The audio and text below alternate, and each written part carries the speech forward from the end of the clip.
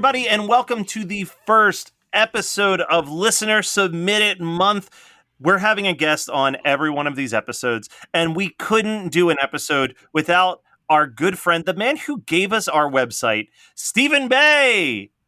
Thank you for having me on, the nicest man in podcasting, the gatekeeper for, and the man that shocks me every time he makes a pick from Amazon. Stephen, who picked this movie, we gave him a list of all the movies that were available for Listener Submit It Month. Stephen said, yo, I gotta do Rumpelstiltskin. But this is how I imagine it would be if you were in person, instead of on the internet, telling him like, okay, Stephen, we have 3 movies that you can pick from. The first one is Rumpelstiltskin, and he's like, yes. Oh man, come on. It's a fairy tale. It's a horror fairy tale. I'm never going to turn that down. All right. So before we dive into the movie, one of you picked it. So let's see who. And we've got an email from Curtis. And Curtis says, hey guys, I've been listening to all of your episodes for a few months now. I'm currently on episode 104, so I'm not sure if you still do listener submit it requests. But if you do, I'd love to hear you talk about a favorite from my childhood, Rumpelstiltskin from 1995. And then he sent us an IMDb link, just in case we thought it was a different Rumpelstiltskin from 1995. It's a great candidate for this show, and I will even offer to be on this show so we can rip it apart together. Sorry, Curtis, that's not happening. But either way... Either way, I love the show, and I hope you guys have a long and storied career. Thank you, Curtis, and not thank you for this movie. Who here was the first time they've seen this movie? Oh, yeah, it was first off for me. Yeah, definitely for me, too. I missed this in the 90s. I saw this. I was going to say, I think we rented this. We rented this and Pinocchio's Revenge. Gee, man, Your fucking words are coming in my mouth now. Right. I want to just pull a clip of Brian saying that I'm coming in his mouth right now. So that's a different kind of brotherly love right there. So I want to start, before we dive into the movie, with this one fact, because holy shit, this movie was made on a budget of $3 million. Who wants to guess what the box office was for this movie?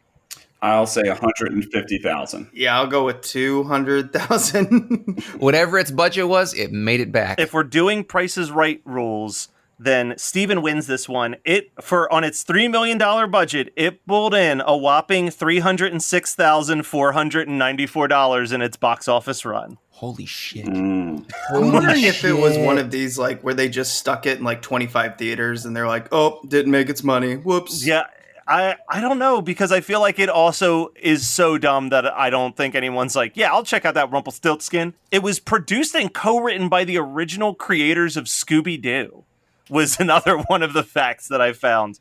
That is an interesting fact. Yeah, the other facts on IMDb are less interesting, such as when Rumpelstiltskin jumps through a window, it's shot in slow motion. Thanks, IMDb.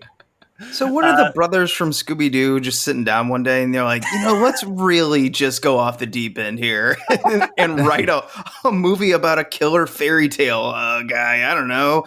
How about we do a Leprechaun? Nah, it's been done. Okay, let's go to our second favorite, Rumpelstiltskin. And I love that they have a full-sized man as a short person in this, and they just have him hunch over as he hobbles along. All right, so the movie starts off in, like, what was it, 1500 or something like that? The old times. And Rumpelstiltskin eats somebody's eyeball. Then a witch tries to stop him, and he says the immortal line, the one that everyone's quoting in the streets, your magic be black as pitch. Which...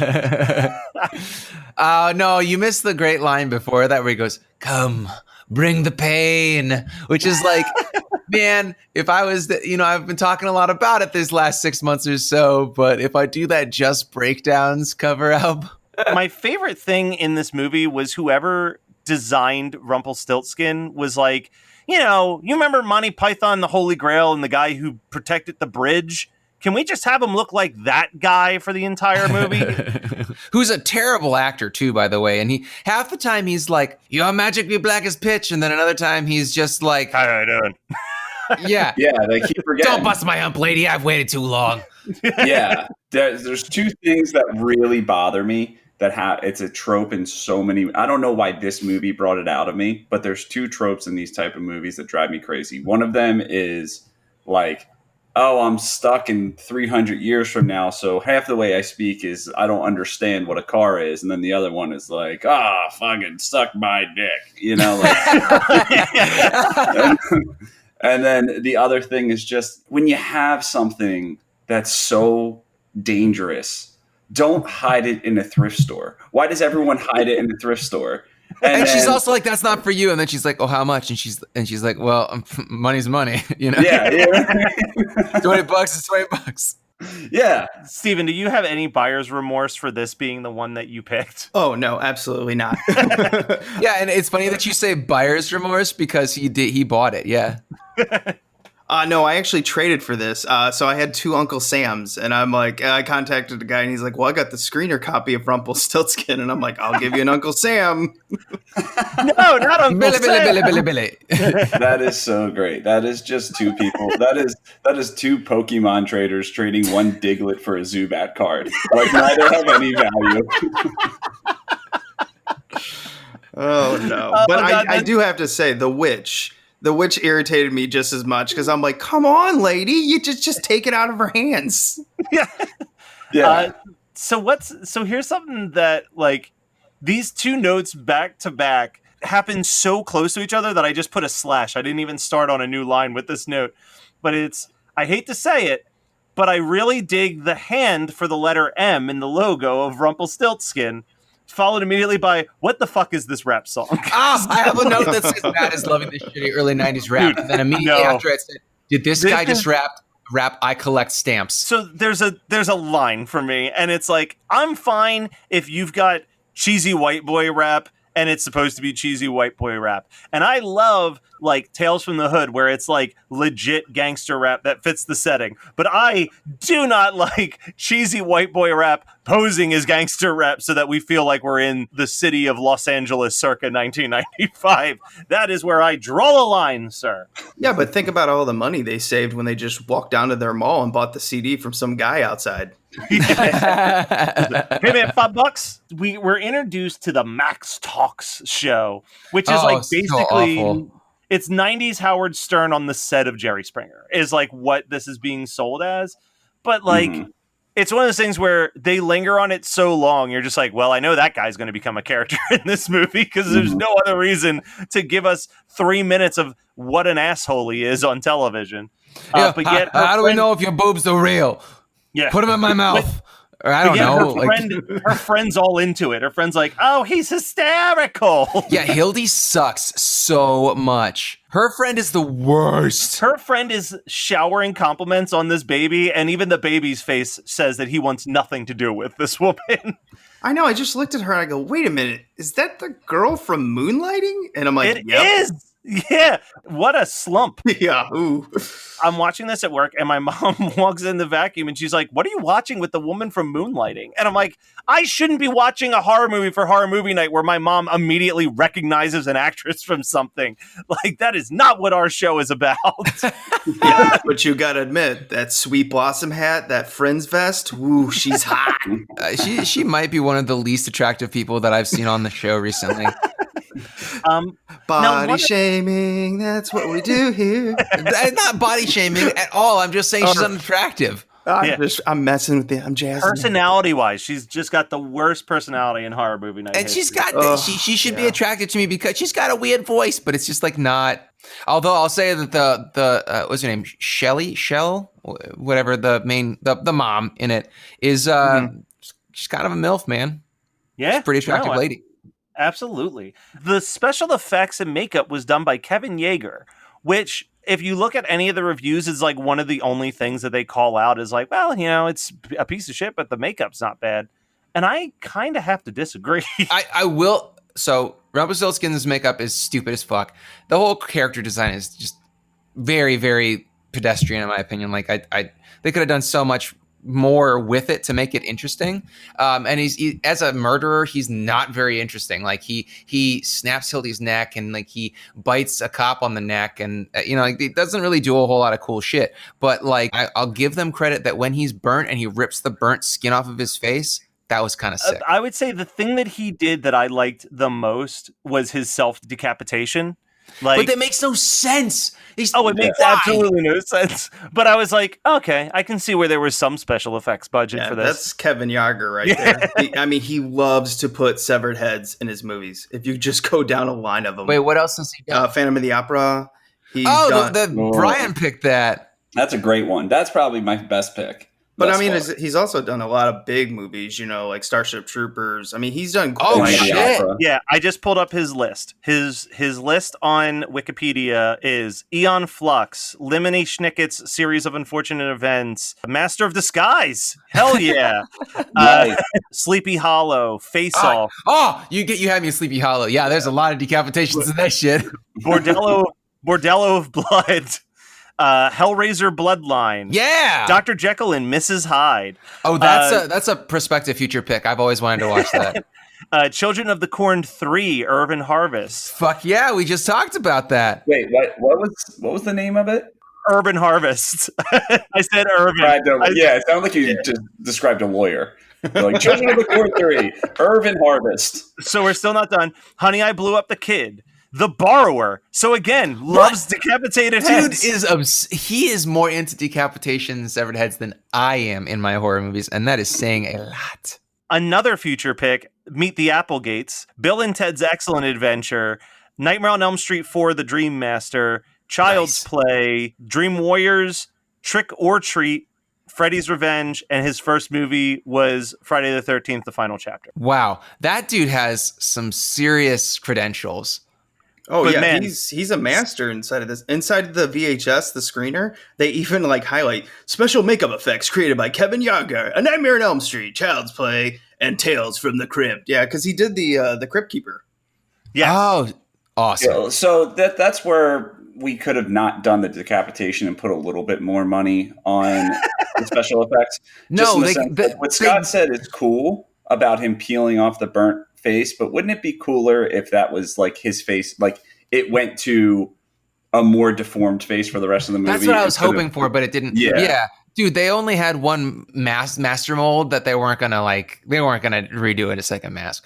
But the thing that they should have not spent their money on was all the goddamn explosions. They had so many explosions. But the funnier thing about all the car chases and stuff in this movie is that they they spent a lot of money on a lot of shit, right? Like $3 million is pretty, but they use an RC car for the part where Max Fuckass, whatever his name is using his like dune buggy. Mm-hmm. Yeah, there's a legit RC car in one of the effects. But like, I also think that like this is one of those movies where like that the budget was low. Like $3 million's a lot for any of us, but it's really not a lot for like a movie. And like the budget is low when 1/3 of your movie just takes place on an empty, abandoned road, where it's just like, all right, we can't have pedestrians. We don't have money if a passerby walks by, and we have to give them money for being in the film. Like, it is just an isolated road for at least 1/3 of this movie. Like, there's moments where it's like, all right, that's not bad. Like, I think that like the statue moving and it's like clearly a puppet, it's a simple effect, but like it gets the job done of like, oh, this thing's about to come alive. Brian, did you remember anything about this movie? Because I remembered literally one sequence. Well, I remembered on the motorcycle. It was the motorcycle. Yep, motorcycle. See, I only know that because this was behind the curtain, and to Steven, I was like, oh, Rumplestiltskin 1995. I think that I should pick that. And Brian and Matt were like, no, don't do that. The only thing that's worthwhile in it is Rumplestiltskin on a motorcycle. And I think that he might have said bike, because one of them might have said bike, because I just imagined him on a tricycle, and I was like, yeah, that sounds really fucking stupid. But then it's actually so much better when he's on it, because he had some sort of line that he said, and it wasn't what he said, but rather the way he said it. And he has like these motorcycle shades on, and it is just So I didn't remember the bike until it happened. The thing that I remembered was him behind the wheel of the 18-wheeler truck. Like that shot of him just Field of bakers, land of bread. Yeah. Well, so, he's chasing down Shelly for the entire movie. And then Shelly runs into Max and is asking Max for help. And she's giving a lot of exposition at this point, but I'm unable to hear it because Max's shirt is screaming the entire time. Like, oh man, everything he wears, that screaming shirt, and then he puts on a USA jacket just in case he forgets what country he's in. Yeah, he's got the loudest clothing choice I've ever seen on a human being. It is insane, but it's also very 90s. It's very 1995, to be fair. But yeah, the go-kart, like the doom buggy stuff, like all of this movie is so pointless. It's so worthless. But what happens one of the notes that I wrote down that like made me audibly chuckle, there's a scene right after he kills the cop by tearing his own head off and biting the guy in the neck, where Max and Shelly are arguing in his truck and she punches him. And it is the most cartoonish ADR punch noise I've ever heard in a movie. Like, it's just like... But the thing is that this whole movie is so poorly ADR'd. Like, every single bit of it is ADR'd, and it's all really poorly ADR'd. Yeah. Oh, there's a scene at the end where the little Rumpelstiltskin's doing like a sorcerer's dance and everything, and his mouth's not even moving. Yes. Yeah. There's a few times where he is closed mouth talking. Drives me crazy. The other thing that really bothered me more than it should have, because of how ridiculous this movie is the scene in the police station. Has anyone here shot guns before, gone to a gun range, anything like that? Yes. No. Just a bit. They're very, very loud. Like, we have high quality headphones and they're very, very loud. So to shoot a gun 3 feet from a baby with no ear protection just bothered the hell out of me. That's it. That's my only note. Everyone just was thank you and good night. I just thought it was interesting how they completely changed the tone of the movie for a while inside the police station, because Rumpelstiltskin, it just turns into a slasher. He's like slowly getting up. He's stalking people. It's no longer like he's doing his little gimmicks and everything. I was like, what? For 5 minutes, this just changed. And I don't like the way he articulates things either, because the baby's name is John. But it doesn't sound like he's saying, I just want the baby John. It just sounds like Tom Green in Stealing Harvard. Like I got confused the whole movie because I thought he just kept calling everyone John the whole time. Like he's like, I don't want to hurt you. I just want the baby John. Just give me the baby, John. Any other? Oh wait, no, there is one other lingering thought that I have. Anyone else get your lingering thoughts prepared? I love that this movie has the audacity to try to set up a sequel. So Scott, like, what was the last scene you saw? Because I'm still convinced that the commercial happened on Tubi, and you were like, "I've seen enough," and you didn't do what Brian and I did. Well, the last thing I saw was they turn Rumpelstiltskin back into the statue, and then they throw it in a lake, and then you see some little girls running with it. Son of Sunday a afternoon. Yeah, that's where I got the commercial. It came back 3 years later. Yeah.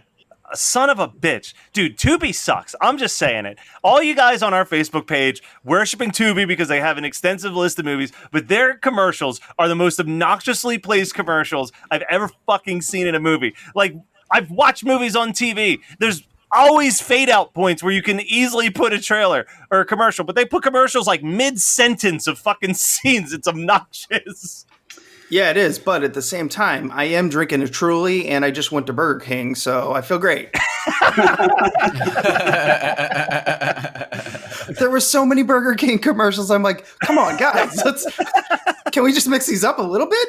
Wait, so did you still watch it on Tubi even though you got it on a VHS tape? So it's an interesting thing with this screener copy. The screener copy is on extended play, which is, what most companies do when they have like a really long movie and they got to shove it all in one tape. Well, this place who's sending all these free screener copies, they put it on extended play for like, I don't know, what is this, a 90-minute movie? And then some trailers beforehand. It's so bad that 30 minutes in, I go, F this, I'm going to Tubi. Although I will say Tubi isn't half as bad as before Matt shoveled out the $8 a month for Hulu. And dude. right before I moved to Florida, we binge watched Community, the first season of Community, and it had the same commercial for, I think, Target, where it was just the Footloose parody, but it would play that same commercial on repeat 4 times an episode throughout 10 episodes. And it was just like, I gotta push back, cash back, check out my brand new slacks. And that's will always be tattooed in my mind. Yeah, I'm glad I finally was like, you know what? I can't remember what the breaking point was for me, but there was like, I think it was I was about to binge like a 6-season show on Hulu, and by like the 3rd episode with 4 commercial breaks, I was like, all right, how much is it for the ad free? It's like an extra $7. Fuck it, I can't do this anymore. I need these ads out of my life. That's what Megan did. Can you pay for Tubi or no? No, it So is. you're just stuck Why with would you ads. want to? I mean, listen, if they have most of the movies we watch and I don't have to watch ads, I would pay for it. Well, Scott, tell us what happened when you tried to download the movie for us. Oh, thank you for remembering. So I was like, ugh, I don't want to watch this shit on Tubi if I don't have to. So I went to the R docs, you know? That's the Pirate Bay. I was like, oh yeah, Rumplestiltskin, here we go. I was like grabbing a couple other things that I don't even think are on Tubi right now that we have coming up in the next couple months. I love how you word it. You're like, I was just grabbing a few other things. Like you were like at the grocery store. You're like, well, while I'm here, let me grab Rumplestiltskin. You're not wrong. But anyway, I grabbed Rumplestiltskin and it downloads and I'm like, all right, cool. And so I open it up to check it before I send it to Brian. This is like a week ago, 5 days, whatever. And it opens and, you know, the old guy who plays the chieftain in Willow? Yeah. He starts doing a voiceover. And I'm like, that doesn't seem right. This seems vaguely familiar. And I know I've never seen Rumpelstiltskin before. I have seen a Rumpelstiltskin from 1985 or 86 or whatever, which is a musical. And I had downloaded the wrong version. And so after scrubbing through it for a little bit, I was like, yep. And it tossed it in the trash. I would have loved the scenario where Steven and I watched the actual horror movie and you and Brian just powered through the musical. Like, where's the horror? When's the horror coming into this movie? Oh, that would have been amazing. All right. So any final thoughts on Rumpelstiltskin? I have 2 notes. So why does he do what he's doing? I don't understand why he's trying to kidnap a baby the entire time. I mean, Because I get that's that he what likes happens in pain. the fairy tale. But what is he doing with the baby? Is he like turning He into sucks a out human? their soul, and he gets to have he gets to be alive. I don't know. Yeah, I assume Exactly. The entire movie, I was like, wait, what? Just, huh? What? What are we doing?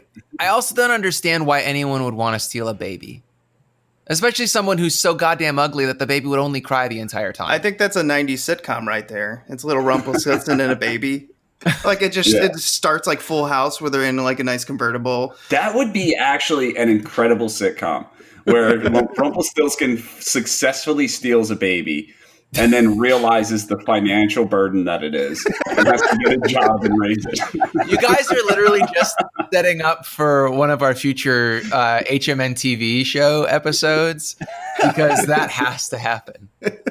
Rumpelstiltskin's got a cleaning problem.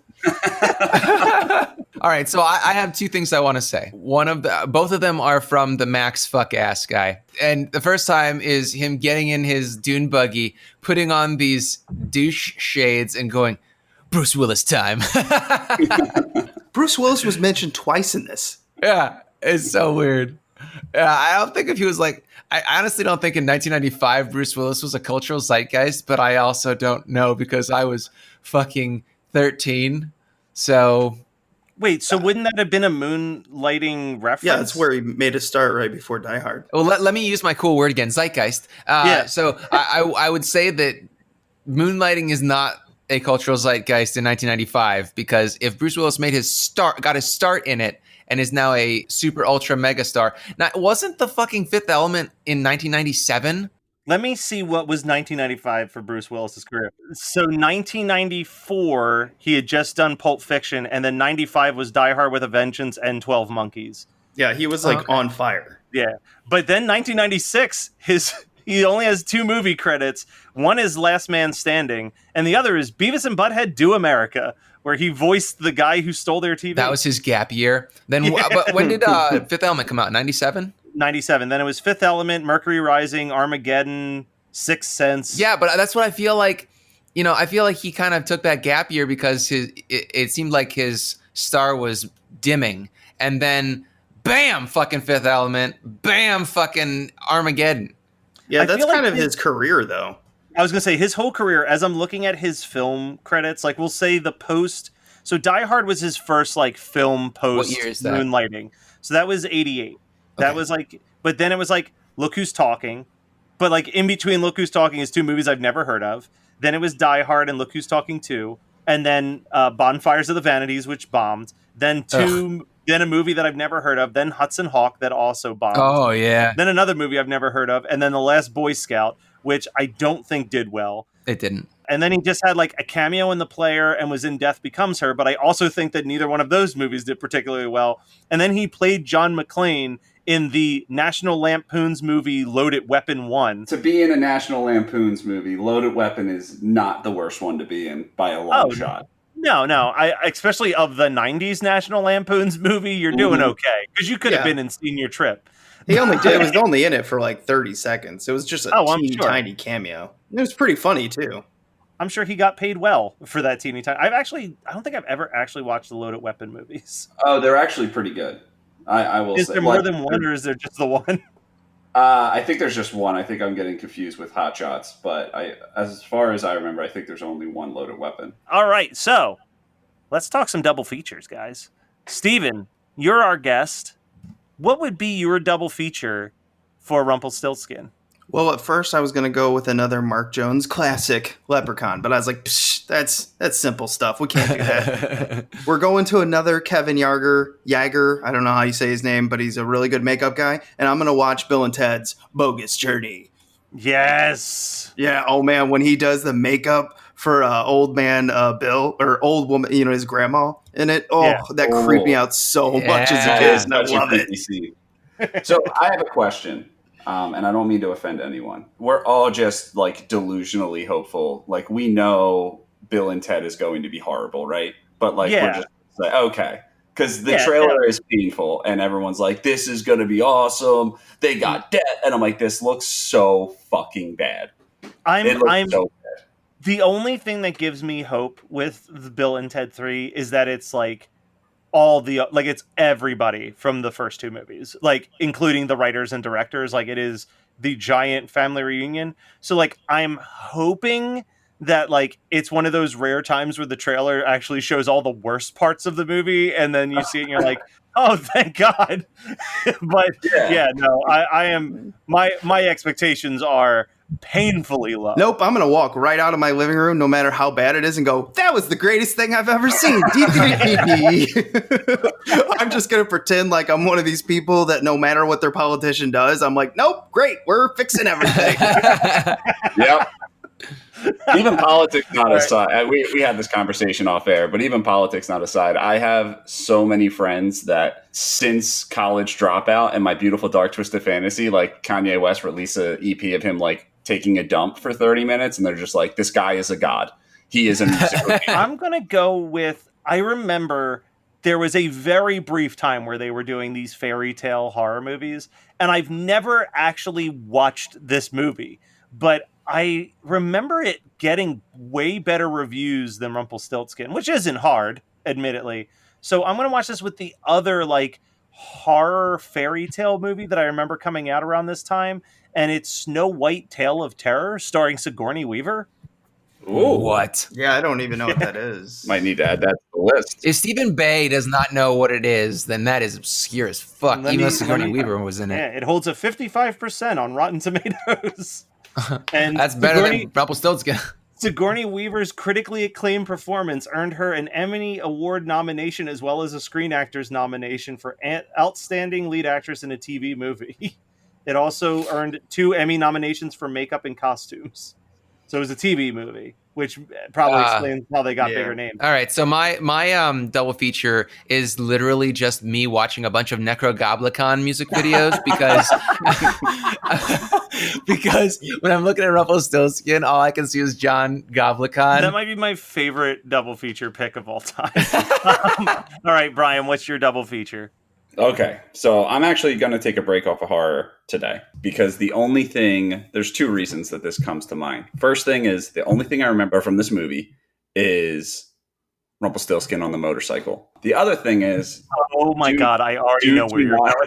Yeah, due to not being able to go out too much, I spend a lot of time looking at memes, and there's this big debate in the country right now of Remy from Ratatouille versus Stuart You are Little. absolutely going where I think you're going.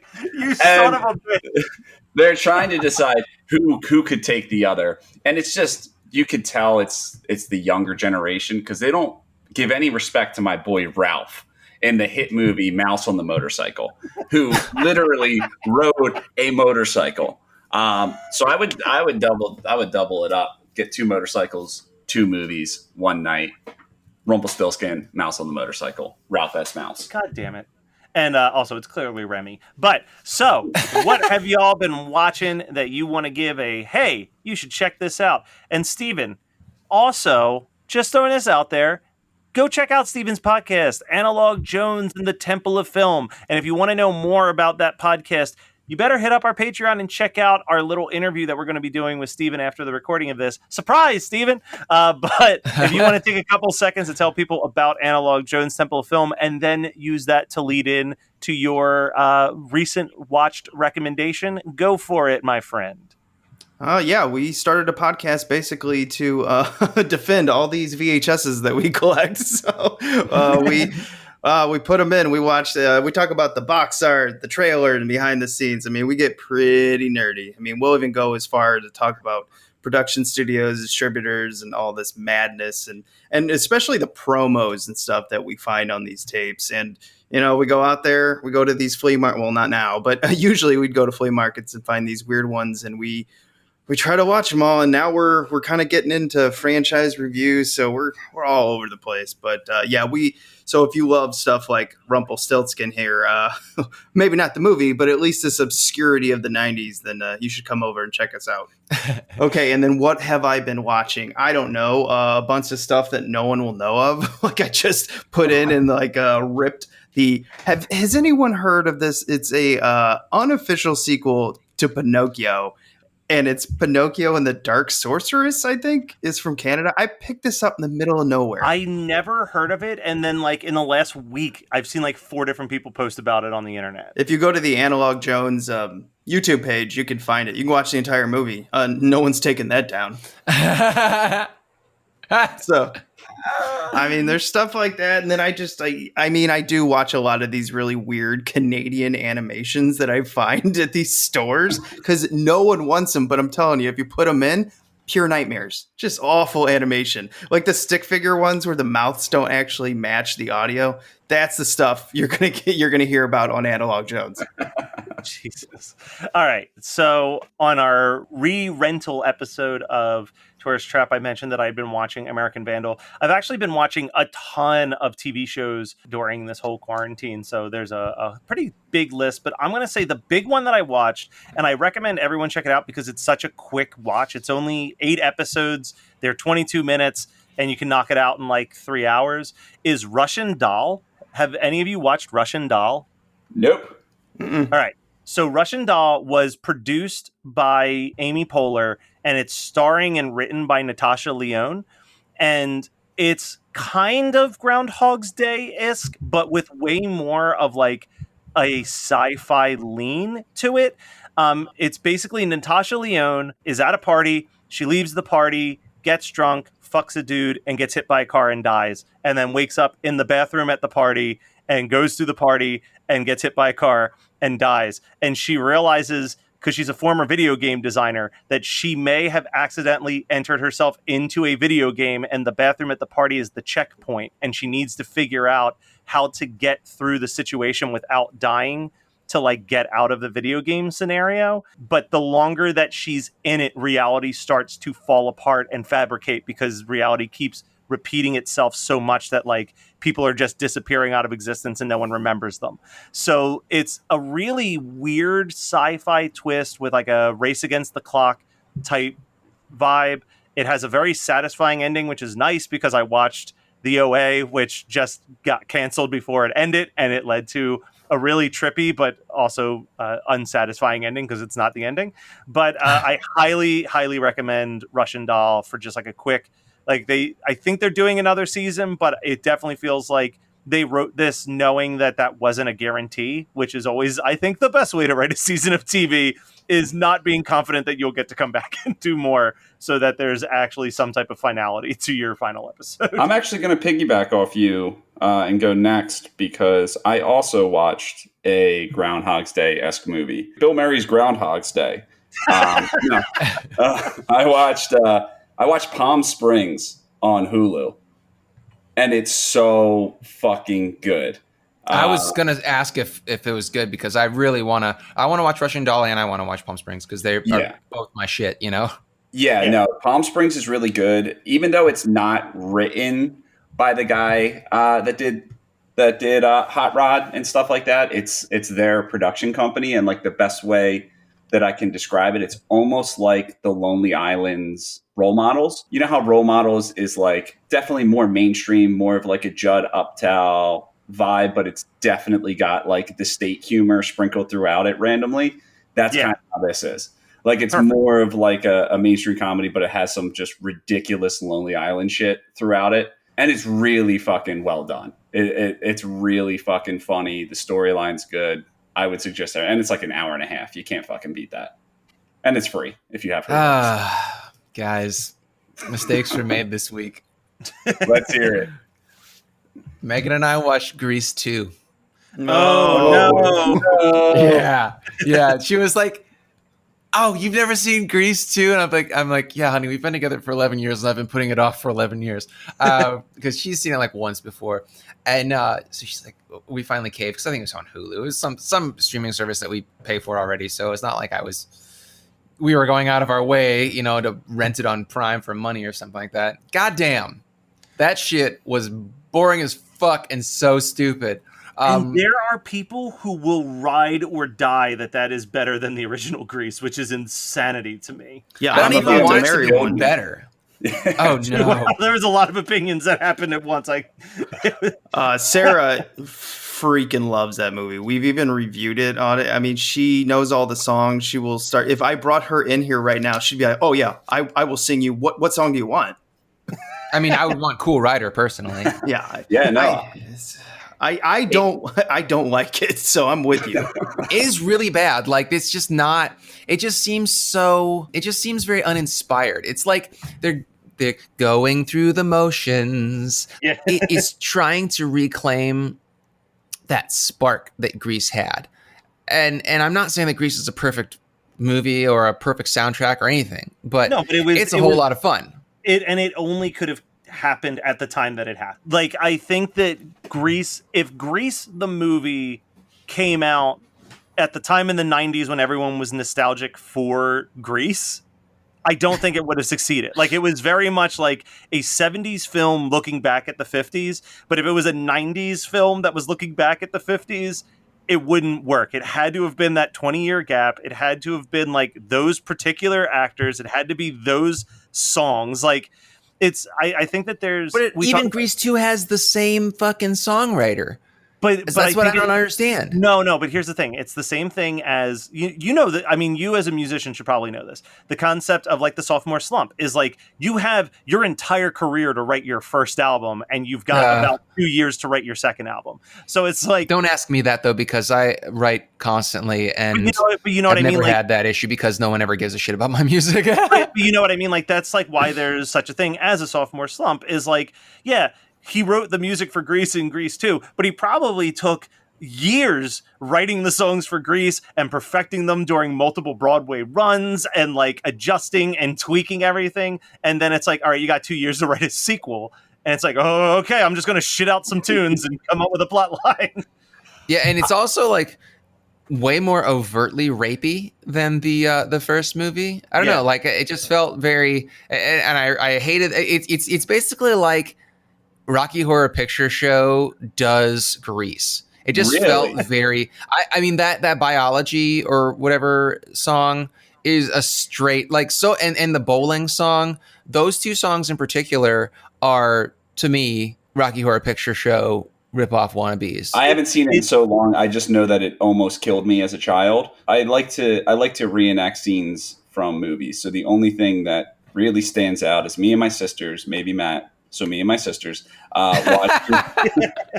watched Grease 2. And there was one scene that I was like, wow, that is awesome. So I went to John's Corner Deli and I bought a pack of candy cigarettes and I acted like the principal was coming. And then I put it in my mouth and accidentally swallowed it like someone patted on the back. And then I had to choke until the chalk stick that I just put in my mouth slowly disintegrated. Oh, God damn. That sounds like such a kid in the 90s thing to have happen, you know? Or that would have been late 90s for you. Yeah. Dude, 98. Our family was the worst at playing fun games. I always will remember Julie doing... for my favorite episode, doing an episode on Punky Brewster where Punky gets stuck in the refrigerator and her sharing the story of when she got stuck in the refrigerator at Best Buy because you and her were playing hide and seek. Dude, there is a time where you guys put me in one of the tubs like that you keep clothes in. Those like big plastic tubs. The hamper. Yeah, the hamper. No, like that like you put winter clothes in with the and I couldn't get out, and in my mind it keeps me up at night because it's so much more dramatic than what actually happened. Like you guys couldn't get me out, you ran upstairs, you grabbed Mom, she popped it open, but for some reason my memory blends with the Sixth Sense when he gets locked in that little cupboard and the mom opens it and he like falls out lifelessly in her arms. Like that's what it felt like in my memory. I think one time you did you hide in the washer one time? Hid in the washer. Loved hiding in tires at BJ's. I just liked hiding. And it wasn't as fun. It sounds so realistic, though, like so true about you. Didn't we used to ride down the stairs in the laundry hamper? Yeah. Oh, sleds. Like it's insane because like there is one way that we got stopped and it was by the closet door. And none of us had any real physical damage, believe it or not.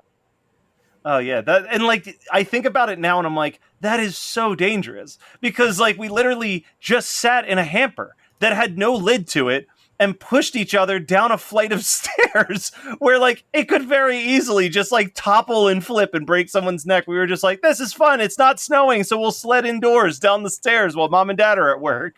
And Scott's been to our house. I don't know if Stephen Bay's been to my parents' house, but just so all the listeners know, they're not carpeted. Like these are wooden stairs down to a wooden floor that we would sled down. Not that I think carpeting would help too much, but a little bit. I feel like it would help a little bit. It was at least a little bit safer when it was sleeping bags, where we would like lay inside of sleeping bags and push each other down the stairs. But yeah, no, we were idiots. All right, so Rumplestiltskin, 1995. Guys, go check out Analog Jones and the Temple of Film, hosted by this week's guest, Stephen Bay. If you want to know a little bit more about Stephen Bay and the crazy ways that he operates, go to our Patreon page and check out our little like 5, 10, 15-minute conversation with Stephen Bay.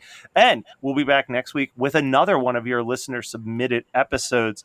And I don't remember which one it is, but I've never seen either of them, so I can't give you a hint, even if I wanted to. Thanks. Bye.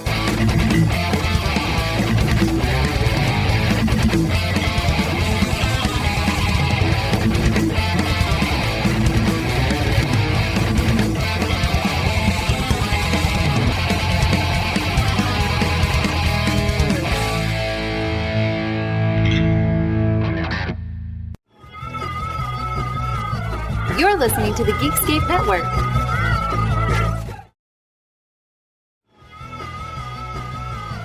You're listening to the Geekscape Network.